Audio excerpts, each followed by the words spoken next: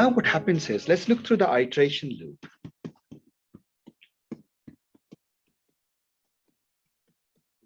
Learning iteration loop. Guys, I hope I'm making this all looks very simple. When you look at the learning iteration loop, you can say run through data, like run through data for, let us say, E epochs. Right? So you can have something like, say, E is equal to 10 epochs. Then for each epoch,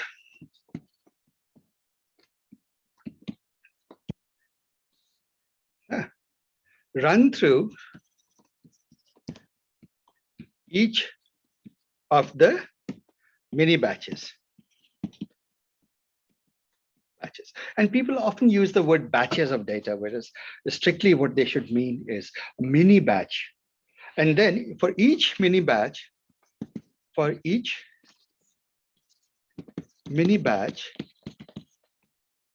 learn. In other words, take a step, i.e. take a learning step. Right? So now let's unpack this. How would you write this in code? You would say for I, let's say for epoch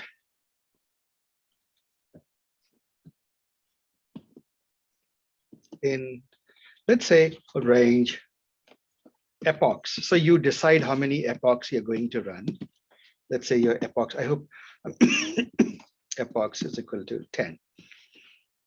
So range would do what? 1 to 0 to 9. It will make it, right?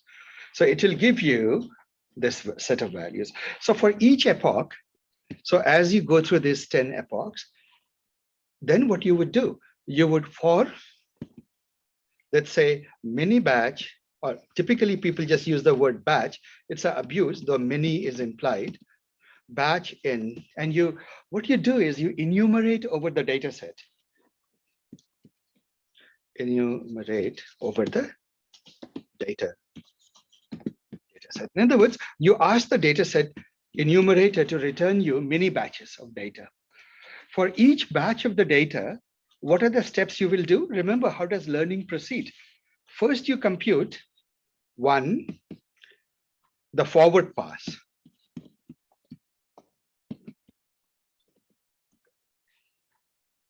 So you compute the y hat is equal to whatever, like you feed it into the box, the forward passes, you take the input x collection, xi, you feed it into your model, and then you get yi hats, predictions, the set of predictions for each element in the mini batch, right? So you just pass it to the network, the forward pass. Then what do? You compute loss. So that could be, for example, the loss here could be yi hat minus yi for this mini batch over the batch. Let's say that you're taking some squared error over the batch. You would compute the loss. Are we together? Now that you have computed the loss, what would you do next?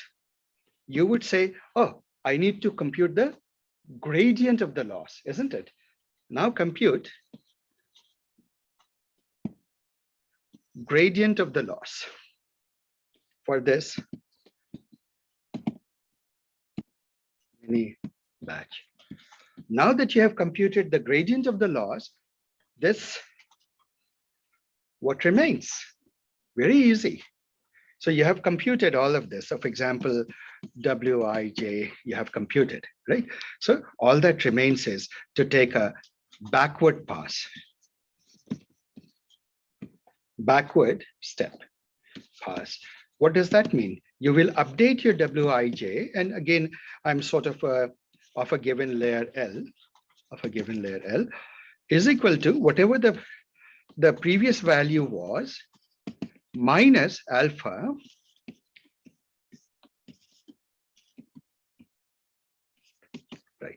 So now this is the backward pass. You would do that.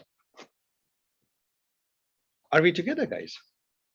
You would go and update all of these. So first you have to compute all the gradients, right? Once you compute all the, because what will the gradients be? Gradient of L with respect to W will be the set of all of this WL with respect to some IJ loss for all values of IJ and the number of layers in the neural networks, because there's so many weights that you will do. So you'll have to somehow compute all those gradients.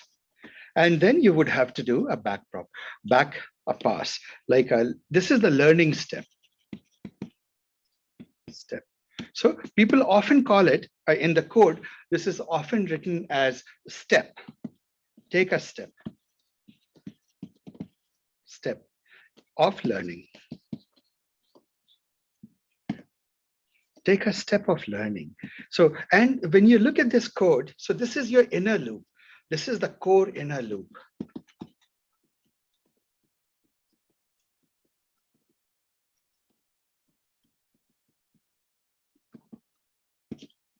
Core inner loop of learning, right? So for all epochs, for go through the epochs, inside an epoch, go take data in mini batches at a time, each mini batch at a time, and learn. Take a learning step. And this is how you take the learning step. You realize, guys, that this is what you do, whether or not it is a neural network. We did it, for example, when we were doing linear regression.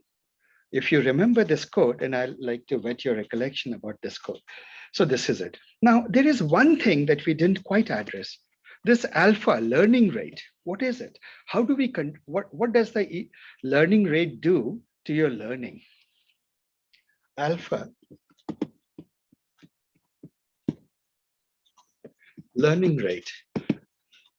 The question is, how does the size of alpha affect learning? Now, you may say, why not make the learning rate huge?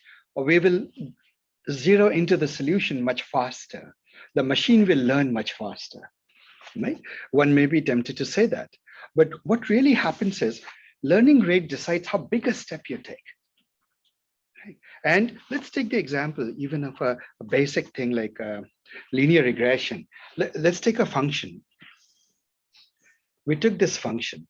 What happens is that if you take a learning rate that's huge, then this learning rate will actually overshoot. Do you notice that it overshot the minima? And the next time it again takes a step, it will end up somewhere here. From here, it will end up somewhere here. And it will just keep large learning rate causes unstable oscillations around the minima without any, and these things I'll show you in a beautiful way with visualizations in a moment, across the minima without convergence. Do you think this will converge at all? Will it ever reach this point? It's unlikely to, right? Without guaranteed convergence. So actually, without guaranteed convergence to optimal or minima. Optima, sorry, without, I seem to have scrolled down, without going to the optima or minima, it's synonymous here. So it won't do that. On the other hand, large learning rate, too small a learning rate has its own set of problems. So imagine that this is your surface. What happens is that if your learning rate is very small, you'll keep doing like this, very tiny steps you will take. And what happens is here, what happens, you notice that gradient is, the slope is already close to zero. If you look at the learning rate, the learning step W, and I'll drop the subscripts, minus alpha DL dW, right? So here what happens, when you look at the slope here, this is the slope. It is small. When you are near the bottom, it is rather flat. Means the slope is very small. So if this part is small, and this part is also small, learning rate is too small. The product of two small quantities means your next learning step is even smaller.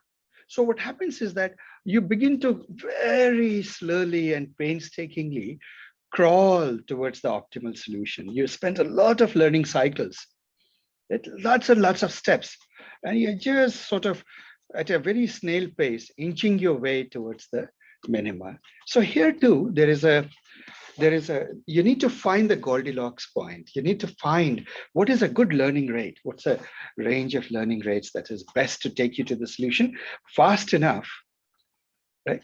And get you there, but not too fast because you may overshoot the solution.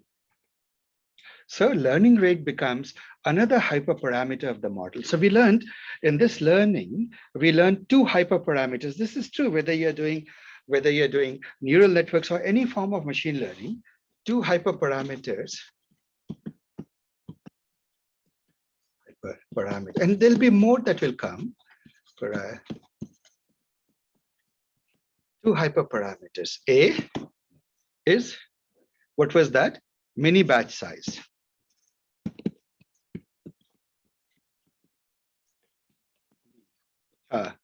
B, batch size B. 1, let me just use 1, 2. 1, 2, the learning rate. Learning rate, alpha, right? So what people typically do is they sort of will start with the default learning rate, let's say 10 to the minus 5, quite common, right? And then play around, either increase or decrease by then. But when they increase or decrease, they typically increase or decrease by powers of 10. In other words, you could go like alpha is equal to 10 to the minus 2, 10 to the minus 3, 10 to the minus 4, 10 to the minus 5, 10 to the minus 6, and so on and so forth, right? You play around with the learning rate as with these values and see how well you learn in your process. So far, so good, guys? Are we together? Any questions? You all are very quiet here. Are we getting the hang of it? Okay. So let us go back and recap. We covered quite some territory. What we are saying is that we are talking about gradient descent at this particular moment. So when you talk about gradient descent, the first thing is that gradient descent is the process of tumbling down the hill. Or when you're looking at something like a convex surface, which is the case with linear regression, which is why linear regression is so popular. You always keep hoping linear regression will solve your problem. For simple situations, it does, but quite often it doesn't. But when it does, it's lovely because it's a bowl shape. You will reach the minima easily. But when it is not, it gets more complicated. It's a convex loss surfaces is for linear regression. And the neural networks have a highly non-convex loss surface. I'll show it to you in a visualization. Then comes the question, this topic, how many points, one step of learning is learning from how many data points? That is the three varieties of gradient descent you do. There'll be more, but for now, let's look into this batch size. When the batch size is the entire data set, you call it the batch gradient descent. When it is the just one point, you call it the stochastic gradient descent, and somewhere in between is a better solution. When you do the entire batch, the batch size is the entire data set, learning is slow. You can't see the learning. You have to wait for the loss to be computed over millions of records and added together before you take the next step, and the gradients to be computed there. And then you take the next step. In the case of batch size equal to 1, learning is very cheap, right? But and so quickly you take a step. The trouble is you're taking the step only partly in the right direction, because each data point contains both signal and noise. So it's also misleading you partly. So you have a drunken man's walk towards the solution, number one. And number two, you don't quite hit the solution. You keep, like a drunken man, keep walking around the solution. It's like, you drink too much, you come back from the pub, and instead of knocking on your door and getting inside or taking your keys and going home, you keep wandering around the neighborhood of your home, right? So that would be stochastic gradient descent. And so in between that is the Goldilocks zone. You choose a judicious size of batch, mini batch, 4, 16, 4, 8, 16, 32, so forth. And you learn from little batches so that progress is visible, but at the same time, there are enough points there in the mini batch so that hopefully it dampens out the errors, because errors tend to cancel when you take a sufficiently large batch size, isn't it? Right? Especially if they have been randomized properly. So that is it. And so the path that you take is not quite the best path, the straight path, but it is good enough. It sort of is not crazy, too crazy. And you take that path to get to the optimal solution in the hypothesis space, right? Next, so what is our main loop when we loop through it? Our main loop is that this is our main loop. For epochs, this is the epochs part. Epochs loop. This is the batches loop, mini batches loop, mini batches. So these are the two loops. For each epoch, for each mini batch, you do one step of learning. So this is your inner core, not loop, but step of learning, inner core, step of learning. So how do you learn? You first have a model with some weights. So you give it the input, it will produce. And let's say that in the beginning, you have some randomized weights. That's not going to be good. You pass your data through it, it will make some garbage prediction, very off prediction. But then you compute the loss, the errors between the data, what it should be and what it predicted, and use the data you look at the gradient of that loss to take a gradient descent step, learning step or gradient descent step. This is also a gradient descent step.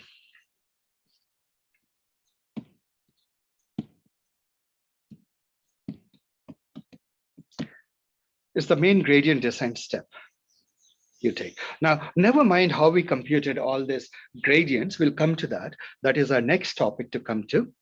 We'll do that. So now in here is the alpha, the learning rate. And we talked about how learning rate affects us. If the learning rate is too large, we are doomed. If the learning rate is too small, but once again, you'll creep towards a solution, especially when you're very close to the solution, the optimal point. So you have to, again, choose a good learning rate. It's a hyperparameter of the model. So two hyperparameters of the model are, what is the learning rate and what is a good learning rate and what is a good mini batch size. You have to play around with it. And in fact, the search for these is part of automated machine learning, which we'll learn about later. Remember that when you're learning, when the machine is learning, it's only learning the best parameters. It will start with whatever hyperparameter values you give it. So far, so good, guys. Any questions? Yeah, Asif, one quick question. Yes. Between the scholastic and the mini batch, right? Yes. So you mentioned that for the mini batch, there is a chance of canceling the errors. What does that mean? See, here's, look at this. Let's go back to our data points.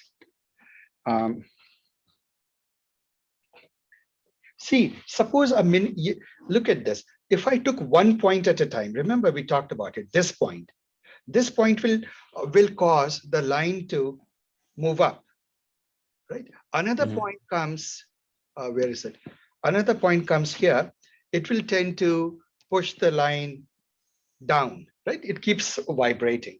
But now, suppose you took a mini batch, which means a small random sample of the points. So the small random sample of the points could be, suppose I did this. This one got selected, this one got selected, this one got selected, and this one got selected. So I'll just take these 4 points.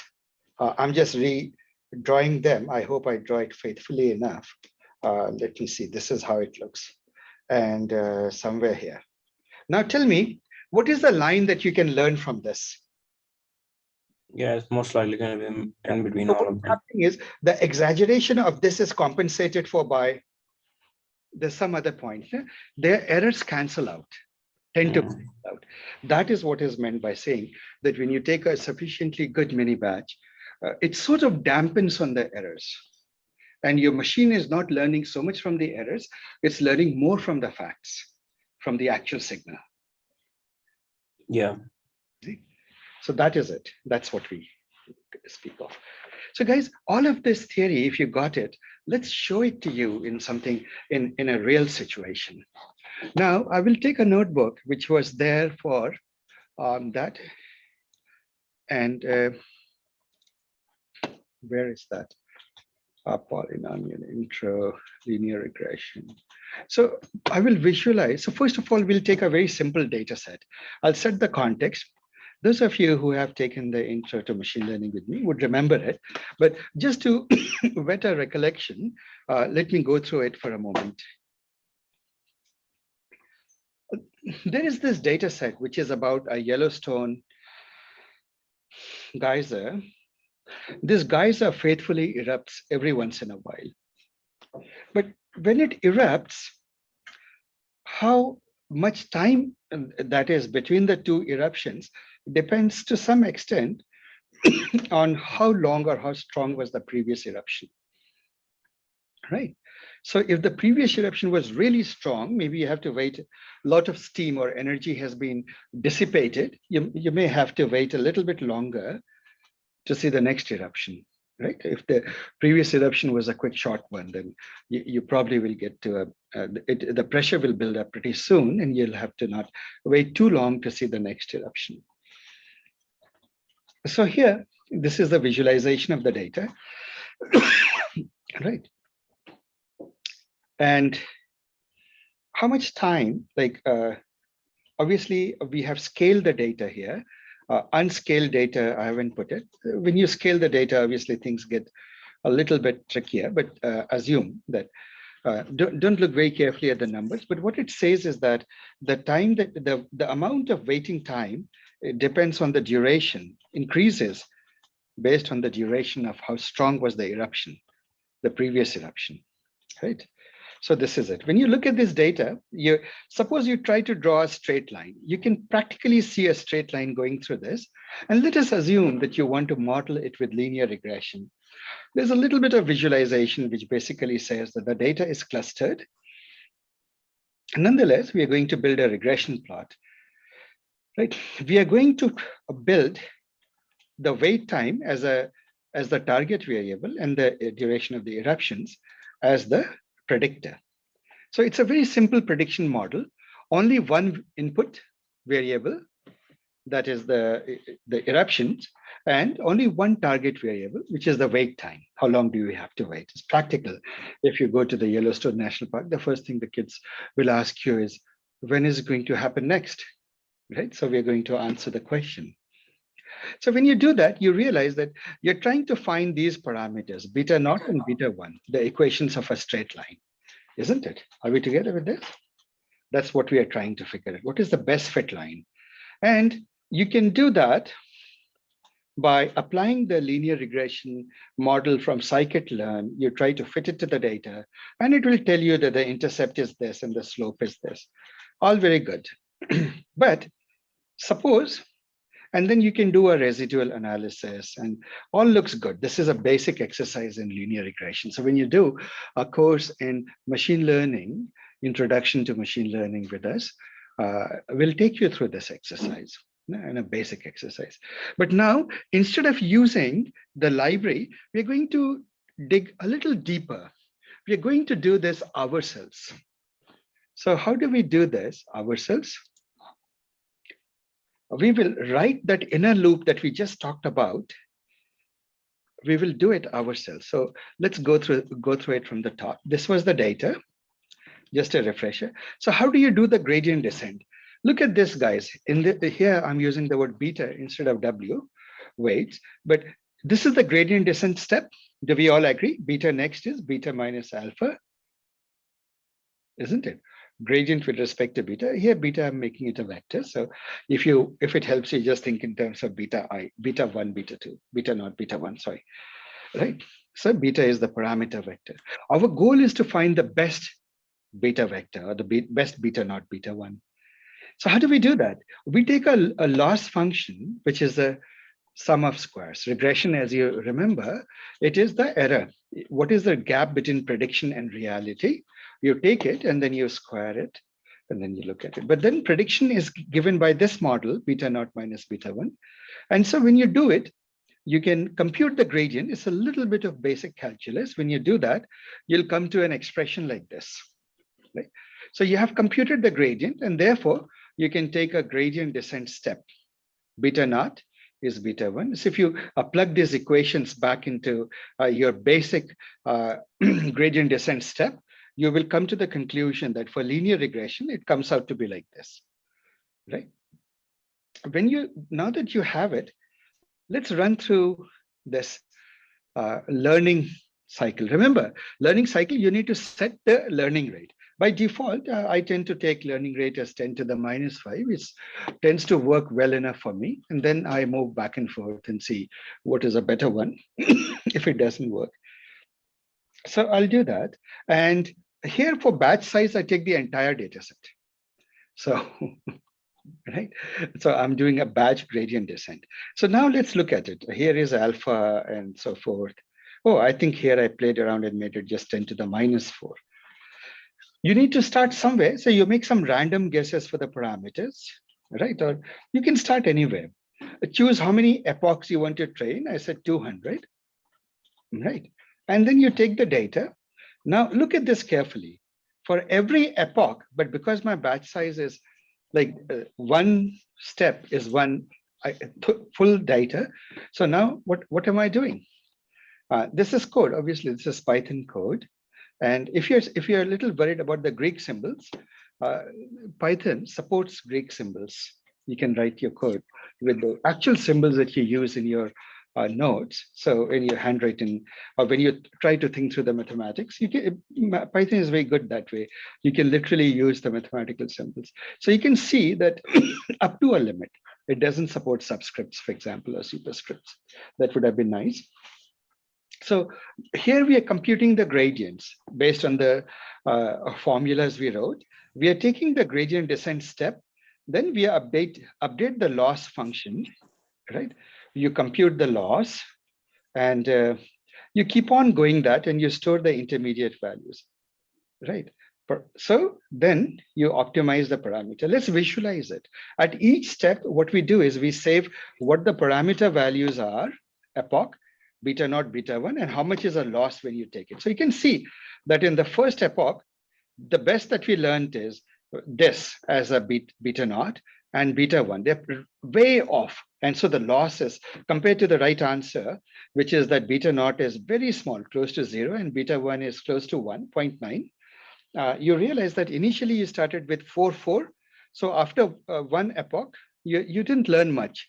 But as you go through the epoch, you notice that this value begins to decrease towards 0, and this value begins to decrease towards 0.9, right? And your net loss is just 51 compared to the initial loss, initial amount of mistakes. And this loss you can't get rid of because obviously the data has noise in it, right? That noise you can't get rid of. So this is parameter optimization. And you can see how beta gravitates to the right answer as epochs run through. And likewise, beta 1 gravitates to the right answer as the epochs run through. And how does the loss go? You can see that the total loss, or the amount of errors, also falls very neatly down to 0, right? So this is it. When you do batch gradient descent, it tends to be pretty neat, right? For a small data set like this, of course, batch gradient descent makes sense because you can, each step is, even though you're going through the entire data, it's extremely quick. It's not so in deep neural networks when you have millions and millions of data points. Okay, so let us draw out the loss surface. Wouldn't it be nice to see the loss surface? So this is a bit of code that draws out the loss surface. First, in the hypothesis space, we have colored, these are called contour plots. Maybe you're familiar with from geology or geography, that the deeper the color, the lower sort of, it's in the valley, right?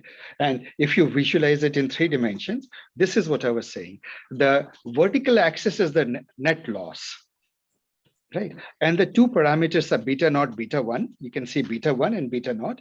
And you can see that for linear regression, what a beautiful, nice convex bowl it is, isn't it? Right. So visualize the whole loss surface. It looks like this. And so you see that suppose we started here 4, 4, and how neatly the learning takes place and takes the best, shortest path down to the valley in between. And when you look at the contour plot, you see this beautiful thing. In the beginning, the learning is pretty fast, and it takes the straight path home. And it makes little, then it slows down, but ultimately it reaches here. To show that this is an effect, what I've done is I've created a little bit of an animation here. Do you see this learning take place here? Right. Now I'm going to replay this. Hang on. Keep your eyes here at this point. Right? Look here, because we are starting from some point here. And in the contour plane, in the hypothesis space, again, you will see the shadow of that line fall here and see how the shadow in the ground looks like. So I'm starting it now. Pay attention to this. Do you see how this is falling down to the valley and the shadow is making a straight line to the optimal solution here, right? It slows down after a little bit, because the gradient is mostly flat. The gradient is vanishing gradually. And so you come to the solution.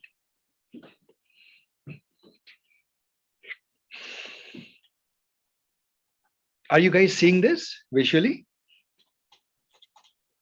Yes. So you're seeing the gradient descent happen. Yes. Now, for linear regression, obviously it looks beautiful. But how you may say, now wait a minute. What about neural networks, which has a highly nonlinear, highly non-convex loss surface? Will all this theory still work? So to see whether it works, I invite you and play around with it yourself. But for now, I'll give you a demonstration of a particular website. Okay. We go to this.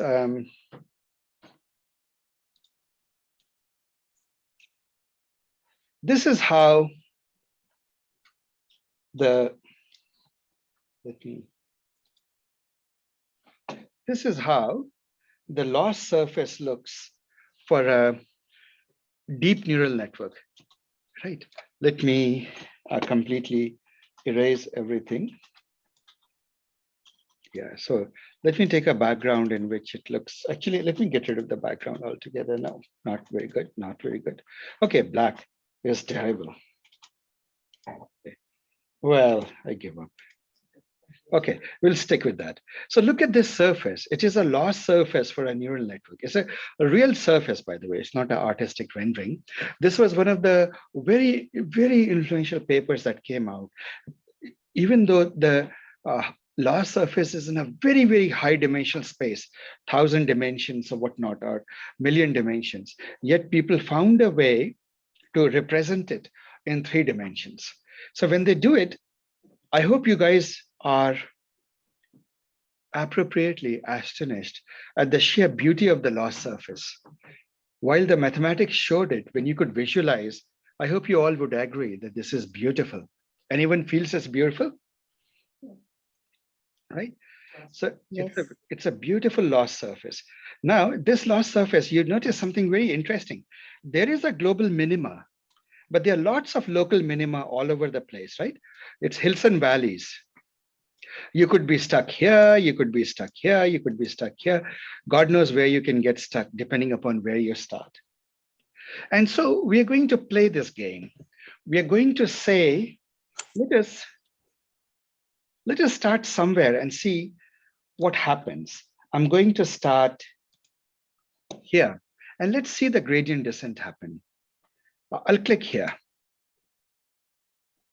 Do you see how it has gotten stuck in a local minima? Guys? Yes. Right? And let's see what it look like. Let's pour over it and see. And you can clearly see that there is a little bit of a crevice here. We have gotten stuck in the crevice, right? Well, how in the world could we have gotten out of the crevice? Let's see. We can increase the, what happens if our learning rate is high and we start again from here? It jumped quite nicely to the bottom, but what is it doing? Is it finding the solution? It's just scribbling around. You see, it is bouncing around the solution. Do you see this, guys? That path, from here, it took a nice big leap down to this and to here. But after a little while, it doesn't seem to make up its mind where exactly is the minima. It seems to be spanning a lot of territory and doing it. And so let's say, well, learning rate too big doesn't help. Learning rate too small gets you stuck somewhere. What about this now? Let me start here now with a medium learning rate. This seems to be better. It seems to be oscillating a little closer to the optimal solution. Good. What if we make it even smaller? And now we try it. Let's try here. This is much better, isn't it? Decreasing learning rate is better, except that decreasing learning rate does have the potential of trapping you in a local minima, right? So for example, if I start here, you're not guaranteed that, okay, obviously this picture, I'm not able to find the traps. Let me rotate this picture and then, do that. So suppose I do this, somewhere or the other, it will stop. Let me make the learning rate very, very low. What happens with very low learning rate? It seems to have a great difficulty creeping beyond that little valley, isn't it? Now let's do something, give it a little bit of momentum. We'll start from the same point. Oh, this is a high momentum, actually. I didn't explain the momentum part. Okay, momentum is something I'll explain, but take it as a fact. If I decrease the momentum, you realize that with low learning rate and momentum, it has almost no chance of getting to the minima. What will happen? It will get stuck here. Momentum is like just when you tumble, you have a certain momentum that takes you over a pothole, isn't it? Doesn't get you stuck in a pothole or a small crevice. But this guy will now, it is just oscillating. That line, by the way, is the gradient vector. Let's see what it looks like. Now, do you see that this is a local minima, guys? You went from here to here. You got stuck in a local minima, isn't it? So this used to be the problem that people used to allude to when they said non-convex surfaces are probably not a good idea to do machine learning with. Lost surfaces may not be. But those concerns are more or less addressed. After all, you just have to be judicious in how you start, select your momentum and your learning rate appropriately, and see. Let's see what happens here. It will probably get stuck somewhere here. Let's see.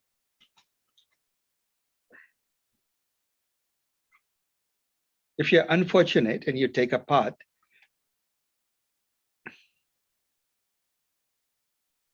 Now, this is without much momentum. Asif, Hari has a question. Yeah, go ahead, Hari. So is there any way we can transform that non-convex function to directly convex? No, there isn't. There's a lot of body of research that people have been trying to do, but there isn't. Neural networks are inherently non-convex loss surfaces, right? And it gets more interesting when you do all sorts of regularization methods. You'll see what it does. Yeah. Right. So you see that now it is just bouncing around in this region. But if you start from here, then of course you're lucky.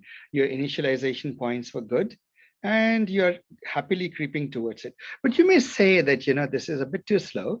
Let's give it some momentum. Sorry, close. Let's give it some momentum.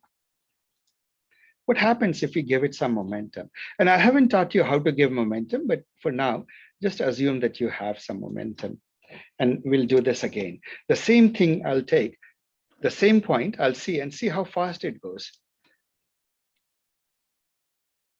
See, with a bit of momentum, it tends to make a beeline for the real solution.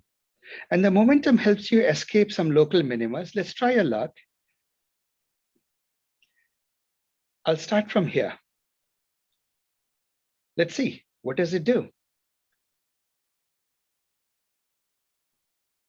It got stuck here, isn't it? So what could I have done? I could have increased the momentum or slightly increased the learning rate. The moment I increased the learning rate, what happened? It immediately jumped down, right? And so that is what, when you do deep learning and you have many hyperparameters. And depending upon how lucky you were in choosing the initial data points and what your good learning rate was, what your momentum was, and so forth. Now you realize that with this high momentum, everywhere, wherever you start, you tend to be going to the best solution. Do you see it, guys? No matter where I start, you tend to get to the solution pretty quickly with some amount of momentum and a fairly decent learning rate. You zigzag your way a little bit, and then when you get to the bottom, because you have a learning rate that is not too small, you still keep bouncing around a little bit, but you're pretty close. You're bouncing around near the optimal solution. Right? So that is it. So I invite you guys all to go to this thing, lostlandscape.com, Explorer, play around with this. See what it means for you to. And this is not the only architecture. Sometimes, but by the way, it's not always easy. The loss surfaces can be pretty bad sometimes. What about this loss surface? How many of you feel that it's a very easy to find optimal minima? Yeah, very easy. This is obviously hopeless. So you have to know this, that it's not always pretty. They're highly complicated situations where you have to know that I give up kind of situation. But now when you do the whole theory, now what happens is when you have something called dropout, is one of the things I haven't taught you, but I'll just move forward a little bit and show you what it does. There is such a thing as a dropout. What dropout does is it makes the loss landscape very rocky. Mm. Do you see the rocky nature of this? Yes. Right? The spiky, rocky nature of the surface. It's almost like, what is that thing called? Jackfruit, right? Very spiky things on top of the jackfruit. But nonetheless, even though it is there, do you see that there is a clear minima here? So let's try a gradient descent here. It's gone somewhere completely different. Let's try here. There you go. It went in there from here. It went in pretty well. And it's a very shallow valley. It's not a very deep valley. What does that mean? It means that any one of these points is a good enough solution, isn't it? It doesn't have to be exactly accurate, because if you start from, let's say, here, quickly you jump down. Now, let me make the learning rate small so that we can see the path. Yeah. Very good. Yeah, you can see it squiggling its way down towards the minima. Let's increase it a little bit. Oh, and quickly it goes. So it doesn't matter whether it goes here or here or here. You're not looking for the absolute global minima.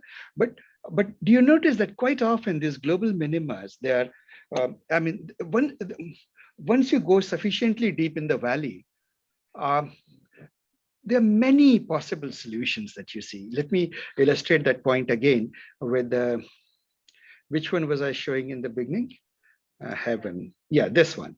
So if you look at this at the bottom, do you notice that there any place at the bottom is good enough? Yeah. Isn't it? So you could say that, hey, you know what? Suppose you came to this point versus, or you got stuck here. Not bad, right? Both are pretty good models. The loss is pretty low. But I want you to appreciate how absolutely stunningly beautiful the loss surface of a neural network is. Yeah. Yeah. Play around with it, become familiar. So see, here's the thing.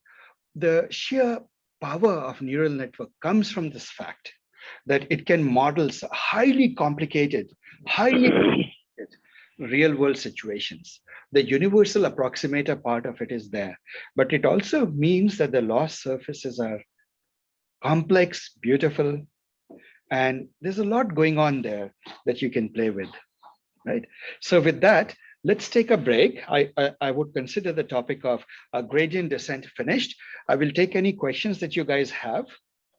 Then we'll move on to the next thing, back propagation. So Asif, what do you mean by giving momentum, right? Actually, I know, but how do you give it? Yeah, so momentum just means that whenever, so suppose, you know, you have been going north, right? But at this point in the landscape, the gradient is pointing, let us say east, right? The gradient is saying go east, but you have been going north. So what momentum means, you don't completely listen to the gradient right at this point. You instead go partially north and partially east. Why? That's where the physical intuition of momentum comes. See, when suppose that with grade, your car has been going north and suddenly you want to make a turn towards the east, you won't be able to make, right? Cars cannot make 90-degree turns when they are on the move. Why? Because they have momentum. You turn the steering wheel east, but it will go northeast, isn't it? Because of the sheer momentum. So what it is saying is, and now let me relate that to here. See, look at this. If I am tumbling down this, right, and I have momentum, it is saying that continue going. Let me stop it here.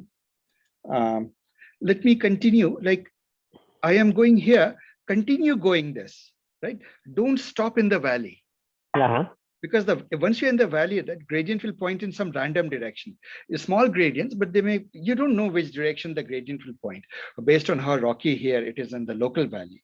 But if you have momentum, this momentum of going towards this will carry you forward beyond that little pothole, this little mini valley, isn't it? And that is the purpose of giving it momentum, that at each step, you don't just listen to what the gradient is telling you. See, at this particular moment, we are listening to what the gradient is telling us. Correct. Right. So I haven't taught you the more complex theory of momentum-based gradient descent. Right. So as I said, we are taking baby steps. Today, Yes. we learn about gradient descent. And here there is no momentum term. But then momentum terms will come in. At this moment, almost all the state-of-the-art learners or approaches to do gradient descent is momentum-based methods. Okay. I think graph, it makes sense, but in mathematics, how do you know that, right? We have to give a momentum or... Yes. We'll come to that. That is one of our, in fact, we have an entire session in theory devoted to optimizers, where we'll learn about momentum-based methods, principally. That's what it will be about. Okay. Right. That's good. And maybe someone can share that website on the Slack, what you just showed. It is, if one of you could, and I'll put it on the thing. It is called losslandscape.com. It is there on our website already, of course, but we'll explicitly put it on Slack also. Thank you. Losslandscape.com. Slate has already put it up. It's /. It's beautiful. Actually, when this paper came out, it was stunning. that they could visualize. Everybody assumed that such high dimensional loss surfaces cannot be visualized. How do you visualize a billion parameter or billion dimension loss surface, which is what these transformers have these days? And yet, That is correct. yeah, paper makes it possible with a very, very clever bit of mathematics that is just worth learning. So, I talked about the Sunday paper reading. Now you guys have learned enough deep learning that we should start the tradition of Sunday paper readings. We'll do it on Sunday evenings. So we'll start with Ola's paper, and then subsequently we will actually do this paper, and I'll explain a little bit of theory behind how they did it. It's worth learning. So this is that. All right, guys. So with those, Asif, I got one question. And this is a kind of a not so great question, but when you talk about beta or W in the gradient descent equation, right? yeah, Is that the transpose of that on the axis, or is it that on the surface itself? Sorry, No. that's the part that's not clear to me. let me explain that. See, this surface that you see, it is in the W space.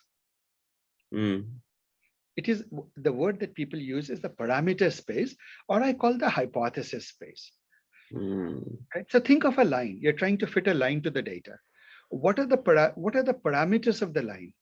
Slope and intercept, beta naught and beta 1. Now, for every possible value, different value of slope and intercept, you're talking of a different line through the data. And each different line is a potential hypothesis that this is the underlying reality, or this is the best description of how this data was generated, isn't it? It's a good guess of a G or approximation to the underlying force. And so you say that in real world, the points are in XY space, but when you are deciding which line to pick, you're actually picking a point in the hypothesis space between beta naught, beta 1, and the loss surface there is this loss surface. So let's go back to our loss surface. This is a loss surface, isn't it? See, look, what is the plane, the ground made up of? Beta naught and beta 1. Any point on this represents a certain slope and a certain intercept, and therefore represents a line in this ground, isn't it? For each point, which is a point in the hypothesis space or parameter space, it corresponds to some line in the real data space.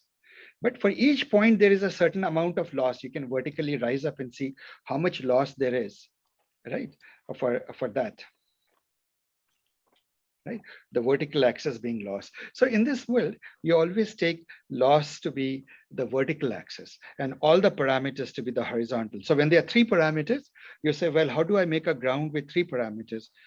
Mathematicians don't even blink an eye. They say, as you can see on the ground, which has 3 axes, right, or 10 axes or whatever it is. So they sort of mentally imagine that the ground is n-dimensional. Right? Whatever the number of parameters are. And the vertical axis is the loss. Does that answer your question, Manish? It does. So in a way, it's a point on the surface that's transport to the dimensions on the ground here. That's right. Yeah. Okay. Yeah.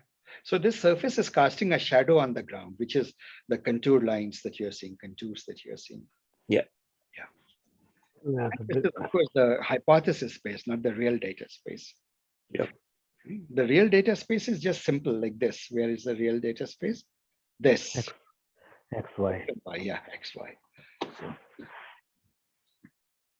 Okay. So all machine learning is hunting for the solution in the forest of the parameter space or the hypothesis space, right? So when you look at a surface like this, right, one mental model that I carry is, I think of this as a fascinating, world. Imagine that you're a journey of exploration, and in the hypothesis space or parameter space, you're finding the lowest point. You're hunting for your solution. Right? That is all that machine learning is, systematically finding that. All right, guys, let's take a 10 minutes break and then we'll continue. I hope you all are having fun.